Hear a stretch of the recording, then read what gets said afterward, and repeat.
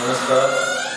जैसे कि आपको पता है, मयूर एजुकेशन ग्रुप ने ऑनलाइन क्लासेस शुरू की है और इसी के तहत मैं हनुमान पालड़िया बायोलॉजी की क्लास लूँगा आज। और मैंने फर्स्ट इकाई का एक लेसन बाकी रखा है और इसीलिए आज अपन सेकंड इकाई शुरू करते हैं। इकाई सेकंड, इसका नाम है पादप कार्य की फर्स्ट, क्योंकि पादप कार्य की फर्स्ट और पादप कार्य की second. Plant physiology first and plant physiology second. इसका पार्ट 5 जिसका नाम है पादप जल संबंध। और इसी के मतलब पादप कार्य की फर्स्ट का पहला पार्ट ही मान लो, या फिर वैसे करवाए तो ये 5वां पार्ट है और इकाई में ये फर्स्ट पार्ट है। पादप जल संबंध। पादप जल संबंध इस पार्ट का नाम है। किसी भी पार्ट को शुरू करने से पहले अपन को उस पार्ट का मतलब समझ में आना चाहिए कि उस पार्ट में अपन पढ़ेंगे क्या। इस पार्ट में अपन जल का संबंध पढ़ेंगे किसके साथ? पादप के साथ। पादप सजीव है तो गहरा संबंध है किसके साथ? जल के साथ। और इस जल का जो संबंध है वही अपन इसके बारे में अध्ययन करेंगे। आपको पता है पादप हो चाहे जंतु कोशिका से बना होता है और कोशिका है तो उसमें प्रोटोप्लाज्म है। प्रोटोप्लाज्म बोले तो जीवधर्मी, ये अपना केंद्रक है। इसके अंदर गुणसूत्रों के ये डीएनए पाया जाता है। प्रोटोप्लाज्म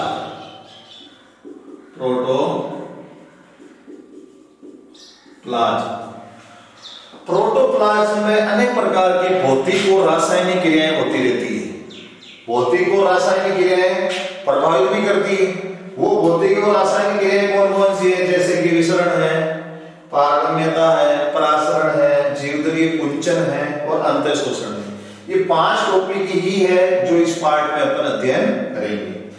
लेकिन इसके अंतर्गत अपन को पहले जल के गुण देखने होंगे कि जल के अंदर क्या क्या गुण है जिसके कारण इसको इतनी महत्ता मिली है। जल के गुणों पर अपन बात करते हैं तो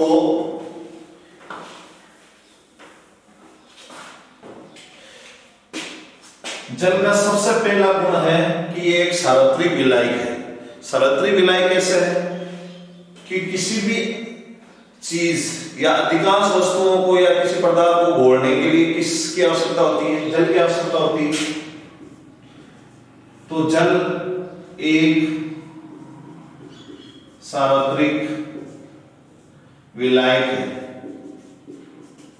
जल एक सार्वत्रिक विलायक है। सार्वत्रिक विलायक का मतलब है अधिकांश किसी भी पदार्थ को घोलने के लिए किसकी आवश्यकता होती है? जल की आवश्यकता होती है। अगर इसके दूसरे गुण पर अपन फोकस करते हैं तो पता चलता है कि जल के अंदर 2 बल पाए जाते हैं जिनको आसंजक और सहसंजक बल कहा जाता है।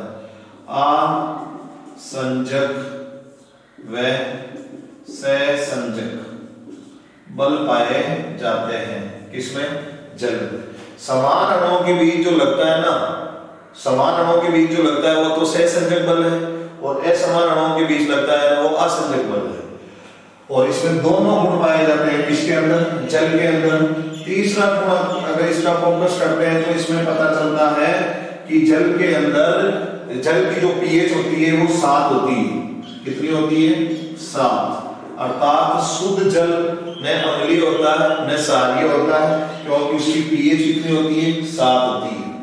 तो अपन जल के गुणों के बारे में अध्ययन कर रहे हैं। 3 अपन ने देख लिए, आसंजक, सहसंजक, सार्वत्रिक विलायक होता है, पीएच 7 होती है। और चौथा अपन देखते हैं कि इसके अंदर हाइड्रोजन बॉन्ड पाए जाते हैं। हाइड्रोजन बंध पाए जाते हैं किसके अंदर? जल के अंदर हाइड्रोजन बंध पाए जाते हैं, जिसके कारण भी इसकी महत्ता बढ़ती है। 5वां गुण अपन देखें तो इसकी ध्रुवीय प्रकृति भी पाई जाती है। ध्रुवीय प्रकृति भी पाई जाती है। ध्रुवीय प्रकृति भी होती है किसकी? जल की। अर्थात इसमें धनायन और ऋणायन भी पाए जाते हैं। तो अपन ने पहले अपना पाठ शुरू करने से पहले अपन ने जल के गुण देख लिए। जल के गुण मेन अपन याद रखना है। कॉमन सेंस की बात है कि जल के गुण क्या क्या है और वो आसानी से याद भी हो जाते हैं। अब जल के गुण देखने के बाद अपन देखते हैं कि जो कोशिका के अंदर जो होता है ना प्रोटोप्लाज्म, ये प्रोटोप्लाज्म किस किस क्रिया से प्रभावित होता है वो भी अपन ने देखा था, विसरण, प्रासरण, जीवद्रीय कुंचन। और इन्हीं भौतिक और रासायनिक क्रियाओं से जो प्रभावित होता है प्रोटोप्लाज्म, उसी का ही अध्ययन अपन इस पादप जड़ संबंध में करेंगे। ठीक है, और इस पाठ के प्रत्येक टॉपिक को अपन आराम से ढंग से अध्ययन करेंगे कि ये आगे भी कंपटीशन में काम आता है। जैसा कि सबसे पहले अपना आता है विसरण।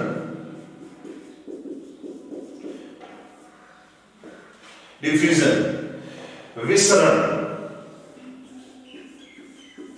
देखो अपना का पादप के साथ जो जल मतलब पादप का जो जल के साथ संबंध होता है, और पादप किससे बना हुआ? कोशिका से। तो कोशिका के अंदर कौन है? प्रोटोप्लाज्म है। प्रोटोप्लाज्म किन भौतिक और रासायनिक क्रियाएं हैं जिनसे प्रभावित होता है, वो है उसमें फर्स्ट है विसरण। ठीक है, अब विसरण किसी भी सिंपल परिभाषा अपन देखें कि भाई कोई पदार्थ है जो अपनी अधिक सांद्रता से कम सांद्रता की ओर, अधिक सांद्रता से कम सांद्रता की ओर स्वतः गमन करता है। अधिक सांद्रता से कम सांद्रता की ओर स्वतः गमन करता है तो वो क्रिया कहलाती है विसरण। विसरण एक स्वतः होने वाली क्रिया है। क्यों? क्योंकि अणुओं में खुद की मुक्त ऊर्जा पाई जाती है और मुक्त ऊर्जा के कारण इसमें ये मतलब गतिशील होते हैं, गतिज ऊर्जा पाई जाती है। अब थोड़ा सा ध्यान देने वाली बात है कि ये विसरण के अंदर अपना जो पादप का क्या कनेक्शन है, पादप का क्या कनेक्शन है। जैसे ये कोई कोशिका है, इसके बाहर है जल, बाहर अधिक है और कम अंदर है, तो ये अपनी अधिक सांद्रता से कम सांद्रता की ओर जाएगा, तो ये क्या है? विसरण है। वैसे तो यहाँ पर प्राशन भी है, लेकिन प्राशन के अंदर अपन बताएंगे कि इसके अंदर प्राशन कैसे हुआ। विसरण का सीधा सिंपल ध्यान रखना है कि अधिक सांद्रता से कम सांद्रता की ओर कोई पदार्थ के अणु स्वतः गमन करते हैं तो वो क्रिया कहलाती है विसरण। जैसे एक उदाहरण लेते हैं, अमोनिया, अपनी किताब में ले रखा है इसका, अमोनिया। अमोनिया की बोतल को अगर खुला छोड़ दिया जाए कमरे के अंदर तो थोड़े ही देर में उसकी गंध पूरे कमरे में फैल जाती है। ठीक है, तो बोतल के अंदर सांद्रता की थी क्या? ज्यादा, और बाहर थी कम, तो पदार्थ के अणु अपनी अधिक सांद्रता से कम सांद्रता की ओर गतिशील हो गई। तो ये क्या हो रहा है? विसरण हो रहा है सर, बिल्कुल विसरण हो रहा है। क्यों? क्योंकि इसके अंदर जो पदार्थ के अणु हैं वो अपनी अधिक सांद्रता से कम सांद्रता की ओर गमन कर रहे हैं। तो अपन सीधी सिंपल परिभाषा बना सकते हैं कि जब कोई पदार्थ के अणु अपनी अधिक सांद्रता से या अधिक सांद्रता वाले क्षेत्र से कम सांद्रता वाले क्षेत्र की ओर स्वतः गमन करते हैं तो वो क्रिया क्या कहलाती है? विसरण। जैसे वायु चल रही है, वायु चल रही है तो कौन सी क्रिया हो रही है? विसरण हो रही है। ठीक है, तो सीधा सिंपल ध्यान रखना है, अधिक सांद्रता से कम सांद्रता की ओर कोई पदार्थ अगर स्वतः गतिशील होता है ना तो वो क्रिया कहलाती है विसरण। विसरण के अंदर ही अपन देखते हैं, इसके अंदर एक छोटा सा टॉपिक और आता है, वो आता है स्वतंत्र विसरण। स्वतंत्र विसरण समझने के लिए अपन छोटा सा डायग्राम बनाते हैं। जैसे कि ये पादप है, ये अपनी मर्दा आ गई, ये मूल, और इसी के ऊपर मूल रोम पाए जाते हैं। जैसे ये लीफ बनाते हैं,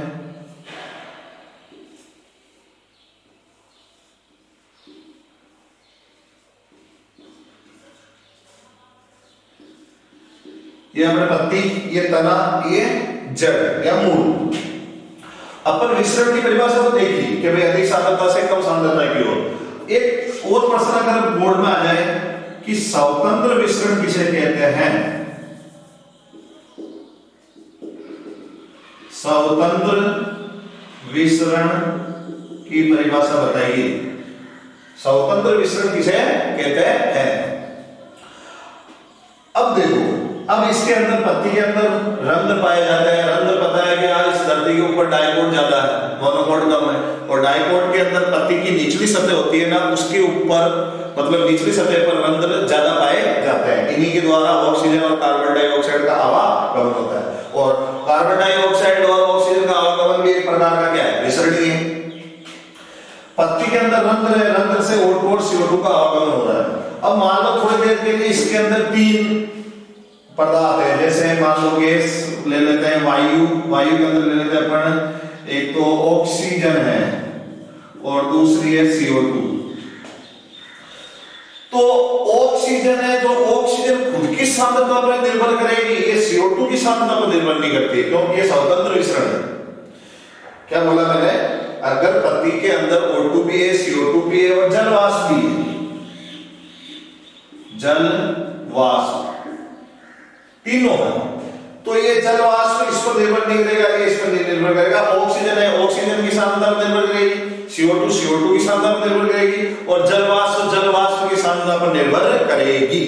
अगर ये ऐसा हो रहा है तो ये विसरण क्या कहलाएगा? स्वतंत्र विसरण कहलाएगा। सर परिभाषा क्या होगी?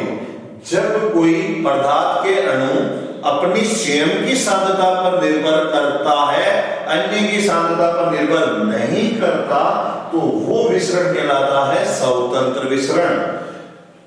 जैसे कि ऑक्सीजन है, वो ऑक्सीजन है जो अपनी ही सांद्रता पर निर्भर करेगी, CO2 की सांद्रता पर निर्भर नहीं करेगी, और इसी सांद्रता पर वो आवागमन करती है। अगर इसके अंदर O2 की सांद्रता बढ़ गई, CO2 की सांद्रता नॉर्मल है, तो ये ऑटोमेटिक बाहर की ओर गति करेगी। तो ये कौन सा विसरण है? विसरण तो है, लेकिन ये स्वतंत्र विसरण है। कौन सा विसरण है? स्वतंत्र। उदाहरण द्वारा भी अपन कोई टॉपिक को समझा सकते हैं, जैसे कि पादपों के अंदर पत्ती है, पत्ती के अंदर O2 है, CO2 और जल वाष्प है, तीन उपस्थित होते हैं। तो ये O2 है जो O2 की सांद्रता पर निर्भर करती है, CO2 की सांद्रता पर निर्भर नहीं करती है, तो वो स्वतंत्र विसरण कहलाता है। ध्यान रखना, विसरण में स्वतंत्र विसरण में कोई ज्यादा अंतर नहीं है, ये इस अपने अणुओं की सांद्रता पर निर्भर करेगी, इसके अंदर स्वतंत्र विसरण के अंदर। अब अपना अगला टॉपिक आता है कि ये विसरण निर्भर किस पर करता है, किस किस से प्रभावित हो सकता है, विसरण की क्रिया किस किस से प्रभावित होगी।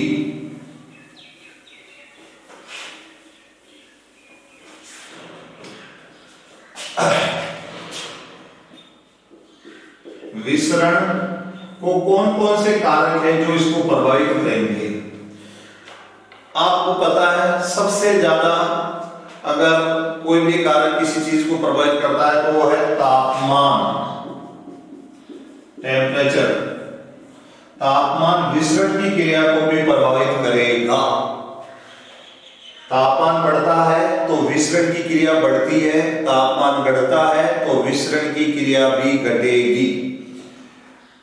तो मैं इसको कह सकता हूं कि तापमान है जो विसरण की क्या है? समानुपाती। क्या है? समानुपाती है। अर्थात तापमान बढ़ता है तो विसरण की दर बढ़ेगी और तापमान घटेगा तो विसरण की दर भी घटेगी। दूसरा अगर निर्भरता है तो थोड़ा सा इंपॉर्टेंट है, और डेंसिटी बोले तो घनत्व। घनत्व भी प्रभावित करता है किसको? विसरण को। और इसका सीधा ध्यान रखना, विसरण की दर, किसकी दर? विसरण की दर घनत्व के व्युत्क्रमानुपाती होती है, लेकिन वर्गमूल के व्युत्क्रमानुपाती होती है, अर्थात 1/√d, अर्थात 1 वर्गमूल मतलब √d, अर्थात जो विसरण की दर है वो घनत्व के वर्गमूल के व्युत्क्रमानुपाती होती है। इसको उदाहरण द्वारा समझते हैं, उदाहरण के द्वारा समझते हैं। जैसे कि अगर किसी गैस का घनत्व क्या है? ज्यादा है, तो उसकी विसरण की दर बहुत ही मंद होगी। क्या बोला मैंने? अगर किसी गैस का घनत्व क्या है, ज्यादा है, तो विसरण की दर क्या होगी, मंद होगी। क्या होगी?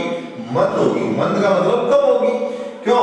क्योंकि ये जो विसरण की दर है वो घनत्व की क्या होती है, व्युत्क्रमानुपाती होती है, वर्गमूल के व्युत्क्रमानुपाती होती है। अर्थात जिस गैस का घनत्व ज्यादा है उसका जो विसरण की दर है वो बहुत ही मंद होगी, उल्टा होता है। ठीक है, वर्गमूल के व्युत्क्रमानुपाती में क्या होता है, उल्टा होता है। अब बताओ, विसरण की दर इसके अंदर घनत्व के अंदर अगर किसी गैस का घनत्व कम है, अगर किसी गैस का घनत्व क्या है, कम है, तो उसकी विसरण की दर क्या होगी, उतनी ही ज्यादा होगी।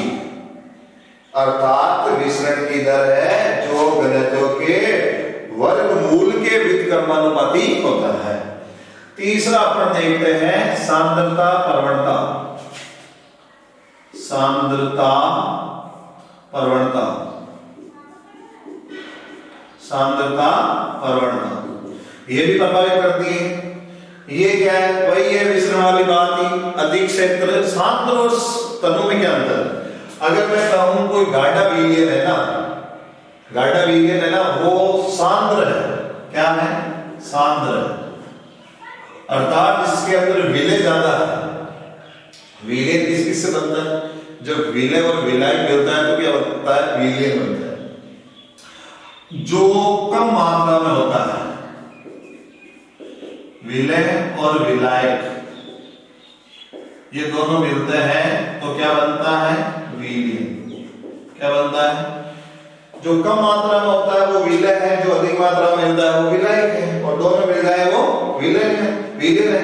अगर विलय ज्यादा है तो विलयन क्या है, सांद्र है, और विलय कम है तो विलयन क्या है, तनु है। तनु से बड़ा तनुता और सांद्र से बड़ा है सांद्रता। तो सांद्र प्रवणता में क्या ध्यान रखना है कि भाई अगर कोई गैस है, कोई पदार्थ है जो अपने अधिक सांद्र क्षेत्र से कम सांद्र क्षेत्र की ओर गमन करता है तो वो क्या कहलाएगा, सांद्रता प्रवणता। वही है, अधिक सांद्रता से कम सांद्रता वाली बात ही है, इतना कोई गौर देने वाली बात नहीं है। सांद्रता प्रवणता मतलब किसी गैस के अधिक सांद्र से कम सांद्र वाले क्षेत्र की ओर स्वतः गति करना, मतलब सांद्रता प्रवणता कहलाती है। मतलब इसमें सांद्रता का महत्व है, इसमें सांद्रता का ही महत्व है। अधिक से मतलब सांद्र से कम सांद्रता की ओर स्वतः गति होते हैं, वो सांद्रता प्रवणता कहलाती है। तो अपन किस किस के बारे में पढ़ लिए? विसरण को प्रभावित कौन करते हैं? तीन करते हैं सर। पहला कौन है? तापमान। तापमान बढ़ेगा, विसरण की दर बढ़ेगी, तापमान बढ़ेगा, विसरण की दर भी ज्यादा इंपॉर्टेंट है दोनों है। अर्थात मैं कह सकता हूं विसरण की दर होती है वो तापमान में क्या होती है, समानुपाती। दूसरा अपन लेते हैं इंपॉर्टेंट है, घनत्व है। घनत्व है जो विसरण की दर के वर्गमूल के व्युत्क्रमानुपाती होता है। अर्थात विसरण की दर वर्गमूल के व्युत्क्रमानुपाती तो होती है, लेकिन इसको उदाहरण द्वारा समझते हैं कि जिस गैस का घनत्व ज्यादा होता है उसकी विसरण दर क्या होगी, कम, और जिसका घनत्व कम है उसकी विसरण की दर क्या होगी, ज्यादा होगी। तीसरा है सांद्रता प्रवणता। अधिक सांद्र क्षेत्र से कम सांद्र क्षेत्र की ओर स्वतः गमन करते हैं पदार्थ के अणु, वो कहलाता है सांद्रता प्रवणता। मतलब इसमें सांद्रता का भी महत्व है। तो अपन ने विसरण की परिभाषा देख ली, स्वतंत्र विसरण देख लिया, और उस विसरण को प्रभावित करने वाले कारक भी देख लिए। इससे अपने किताब में अगला पॉइंट आता है विसरण का महत्व क्या है। पाठ का नाम क्या है? पादप जल संबंध। पादप जल संबंध है तो इसमें जो प्रोटोप्लाज्म में जो भौतिक और रासायनिक क्रिया से प्रभावित होता है, तो उसमें पहला कौन है? विसरण है। तो विसरण के अंदर अपन ने परिभाषा देख ली, ये देख लिया, प्रभावित करने वाले कारक देख लिए। अपन देखते हैं कि इस विसरण का पादप के क्षेत्र में क्या महत्व है। ये प्रश्न आ जाए 2 नंबर का, 1 नंबर का, कि विसरण का महत्व बताइए, या पादप कार्यकी में विसरण का महत्व बताइए। तो अगला टॉपिक अपन लेते हैं, वो लेते हैं विसरण के महत्व के बारे में, विसरण के महत्व के बारे में लेते हैं। तो विसरण का महत्व देखते हैं। विसरण का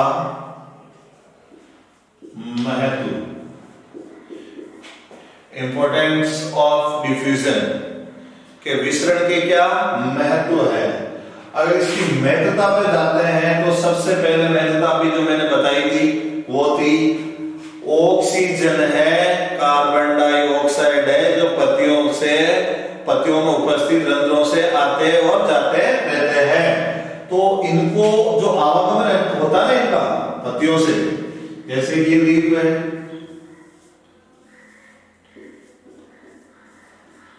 पत्तियों के अंदर जो ऑक्सीजन है, कार्बन डाइऑक्साइड है, इनका जो आवागमन है वो एक प्रकार का विसरण ही तो है, अधिक सांद्रता से कम सांद्रता की ओर। तो अपन पहले महत्व को अपन लिखते हैं तो क्या लिखेंगे कि विसरण है तभी ऑक्सीजन और कार्बन डाइऑक्साइड का क्या है आवागमन है, अर्थात O2 और CO2 का आवागमन किसके द्वारा होता है, विसरण की क्रिया द्वारा ही होता है। O2 और CO2 का आवागमन किसके द्वारा होता है, विसरण की क्रिया द्वारा ही होता है। इसकी दूसरे महत्वता पर जाते हैं तो एक सबसे अच्छा उदाहरण मिलता है, अपना एक पार्ट भी है कि पदार्थ वो खनिज लवणों वाला पार्ट है, उसमें अलग अलग तत्व दे रखे हैं और तत्व है जो आयन के रूप में पादपों में अवशोषण होते हैं। खनिज लवण अपन एक वर्ड में दे सकते हैं कि खनिज लवण, जैसे जल व खनिज लवणों का अवशोषण,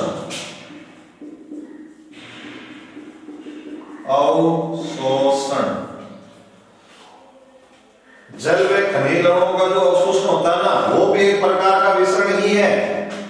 विसरण है तो ही जल और खनिज लवणों, हाँ इसके आगे परासरण का महत्व है, परासरण की क्रिया भी जरूरी है, लेकिन इससे पहले विसरण है। विसरण का एक रूप में परासरण उष्मागत मार्ग में झिल्ली आती है।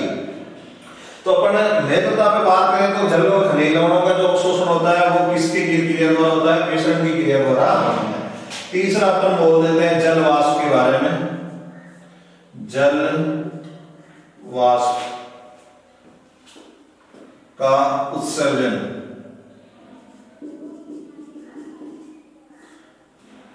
मतलब बाहर आना, ये भी एक प्रकार का क्या है विसरण ही है। तो विसरण के कितने महत्व हो गए, तीन हो गए। पहला कौन सा, O2 और CO2 का आवागमन। दूसरा कौन सा, जल व खनिज लवणों का अवशोषण। तीसरा है जल वाष्प का उत्सर्जन। ये तीनों महत्व रखते हैं किसके अंदर, पादप के किसकी क्रिया का, विसरण की क्रिया के द्वारा। मैं वापस रिपीट कर देता हूं, अपन पादप जल संबंध के अंदर वो कौन से कारक है जो प्रोटोप्लाज्म में भौतिक और रासायनिक क्रिया को प्रभावित करते हैं, उसमें पहला है विसरण। विसरण की अपन परिभाषा देख ली, इसके प्रभावित करने वाले कारक भी देख लिए। मैं तो जो पूछा प्रश्न में वही उत्तर लिखना है और मैं वापस रिपीट कर देता हूं। ये पादप कार्य की फर्स्ट है ना अपनी जो दूसरी इकाई किताब के अंदर, वो 9 नंबर की इकाई है, मतलब पूरे 10 इकाई में से सबसे ज्यादा नंबर इसी के हैं, 9 नंबर की।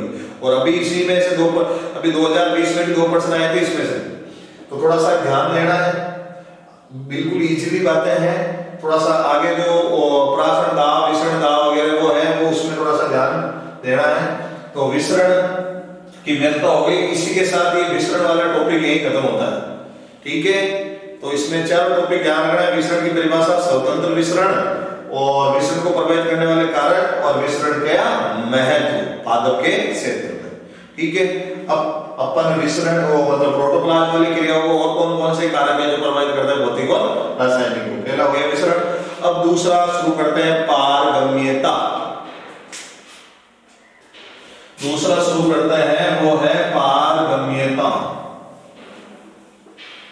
परमिबिलिटी। दूसरा टॉपिक है पारगम्यता।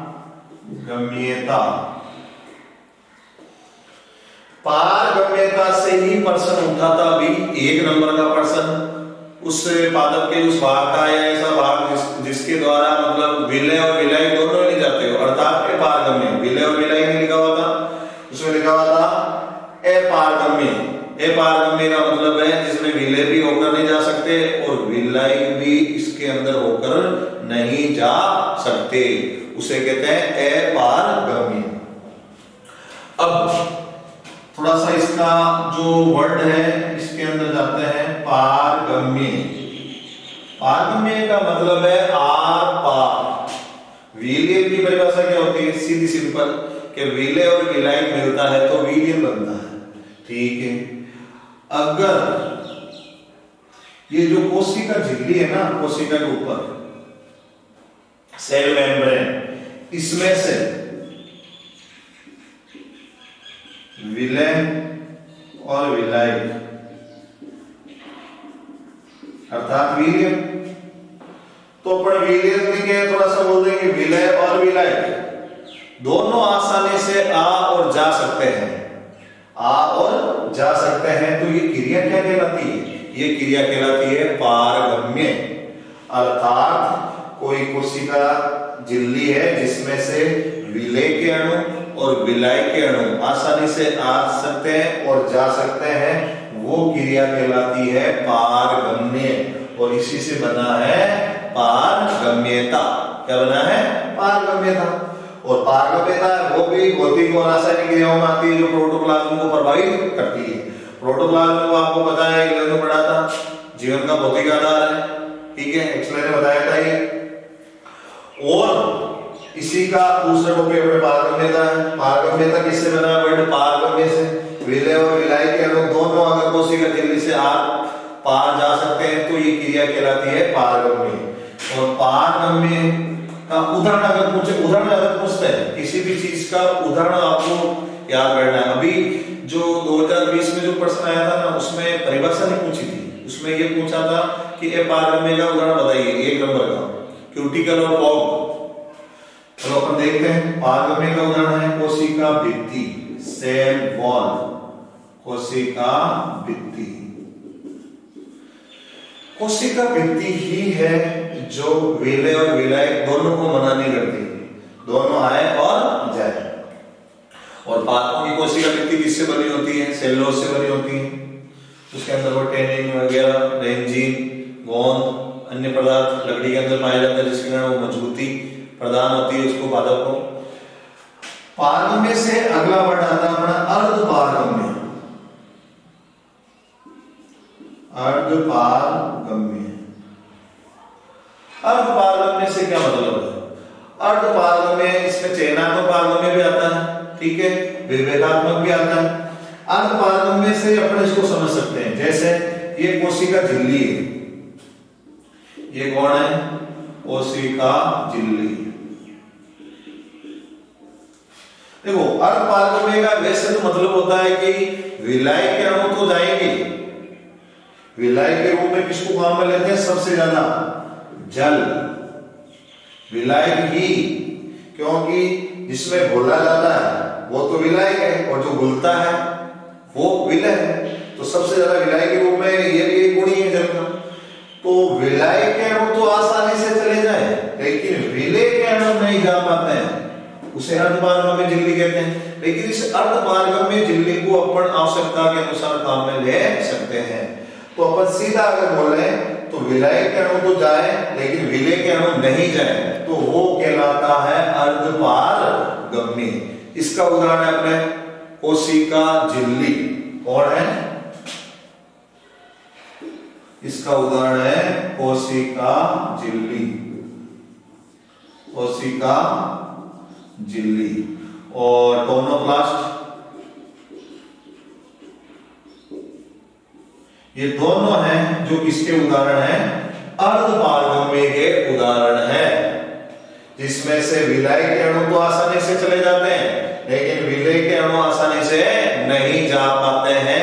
तो अर्धपारगम्य तो वो क्रिया कहलाती है और उस झिल्ली को भी कहते हैं अर्धपारगम्य झिल्ली। तीसरा जो सबसे इंपॉर्टेंट है, वैसे तीनों इंपॉर्टेंट है, लेकिन अभी जो 2020 में यही प्रश्न आया था,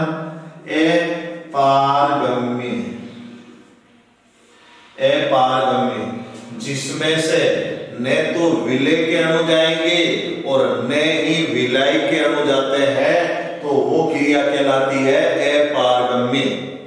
मतलब न तो विलय जाएगा न विलायक जाएगा, तो वो क्रिया अपारगम्य कहलाती है। विलय चले जाए लेकिन नहीं, विलायक चले जाए लेकिन विलय नहीं जाए, तो वो अर्धपारगम्य है। और अगर दोनों ही चले जाए, देखो ये दोनों अपोजिट है एक दूसरे के, अगर दोनों ही चले जाते हैं तो वो तो क्रिया कहलाती है पारगम्य, और अगर दोनों ही नहीं जाते हैं तो उसे कहते हैं अपारगम्य।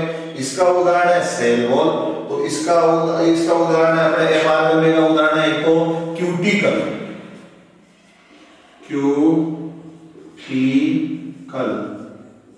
और कोग, ठीक है। सुबेरिन भी है, सुबेरिन भी आसानी से जाना नहीं देता, ठीक है। क्यूटिकल और कोग किसके उदाहरण हुए भाई? अपारगम्य के। अर्धपारगम्य के कोशिका झिल्ली और टोनोप्लास्ट, और पारगम्य के कोशिका। तो यही प्रश्न आया था, अपारगम्य का उदाहरण बताओ, क्यूटिकल और कोग लिखना था, और कितने नंबर मिलते थे? 1 नंबर के। छोटे छोटे प्रश्न आते हैं 1 से 13 नंबर के, सबसे ज्यादा भारी वही पड़ते हैं, क्योंकि उनका छोटा उत्तर होता है, उसमें दूसरी कोई मतलब बात भी नहीं चलती। तो सबसे ज्यादा आपको फोकस करना है वो है छोटे नंबरों, छोटे प्रश्न होते हैं ना 1 से 13 वाले, उस पर फोकस करना है।